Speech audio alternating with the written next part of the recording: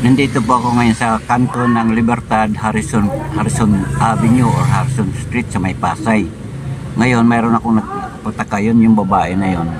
Ano ba yun? Traffic enforcer or traffic e-pitter? Kasi nagta-traffic siya, pero napakaingay ng kanyang megapon.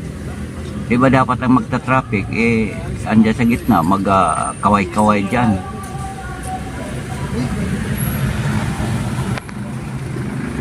Oh, yan. Kaingay niya eh.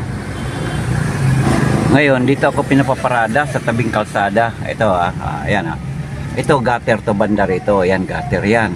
And then dito tawiran ng tao. Ngayon, dito kalye ito. Nasa tabi ako ng kalsada. Ayan marami nakaparada dyan. Dito ako pinapaparada and then sinisingil ako ng 50 pesos. Sabi ko wala bang discount. Eh siya dapat nga 100 daw ito. So yan po yun mga kababayan. Kumbaga kasi sa gobyerno, kung talagang gustong dumiskarte at magkapera, gagamitin ang tungkulin or pwesto dito sa gobyerno, napakadali ang pera. Siyempre nasa kapangyarihan sila. Pinapaparada ako, yan kita nyo dyan nasa harap, ayun may bakal na iniharang. O yan, pwede ka na ikadyan.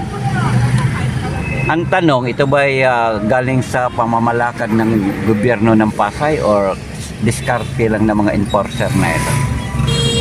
Anyway, 50 pesos, okay lang yan. Pero malaking bagay na rin yan sa mga walang-wala. Isipin mo, sasabihin ay dapat nga daw 100 ang bayad ko dito sa parking. Pero parking na nandito lang ako sa loob, naka-standby lang ako. Ayan ang aking bintana bukas.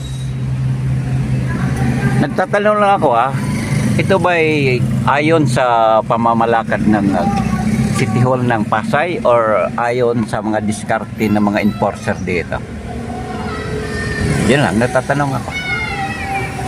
Kasi halimbawa ako 50 pesos, mayroon pa ako dito sa likod ko. Ayun, kung makita ninyo yan Ayun. Yan, nakaparada yan, kotse sa likod. Marami yan hanggang doon sa dulo. Yan ang tanong ko diyan. Ito ba ay aprobado ng City Hall ng Pasay or diskarte ng mga enforcer lang ito? Kasi kung diskarte ng mga enforcer ito, diretso sa kanilang bulsa ang perang binigay ko. Walang resibo walang ticket or ano pa man na official receipt galing sa City Hall na ito. Parking fee ito. Yun po mga kababayan. Nagtatanong lang po ako dito sa gobyerno ng Pasay City. Sa Pasay City. Kasi nandito ako sa corner ng Libertad at saka Harrison Avenue. Yan po. Ayan nakakagulo-gulo. Ngayon nawala na nga lang yung isa dyan. Nasaan na ba yung maingay? Madala-dala kasi siyang megapon. Ayan. Sabi niya, ay bawal kayo dyan. Bawal magsakay. Bawal dito. Pasok, pasok.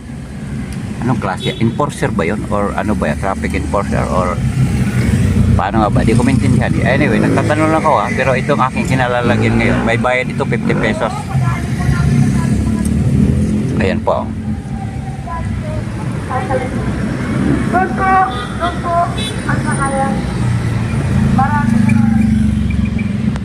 Ayan siya, ayan mga naka-uniforme ng puta.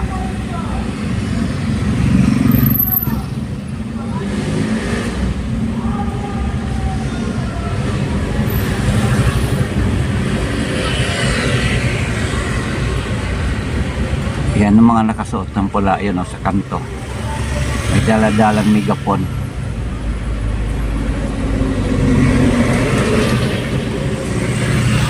Nagtatanong lang ako kung ito ba ay aprobado ng gobyerno ng Pasay City Hall or LGU or diskarte lang ng mga enforcer ito. Anyway, para sa akin, okay lang yun kasi kung talaga namang namamarya sila, ibig sabihin namamarya o namimera, okay lang yan.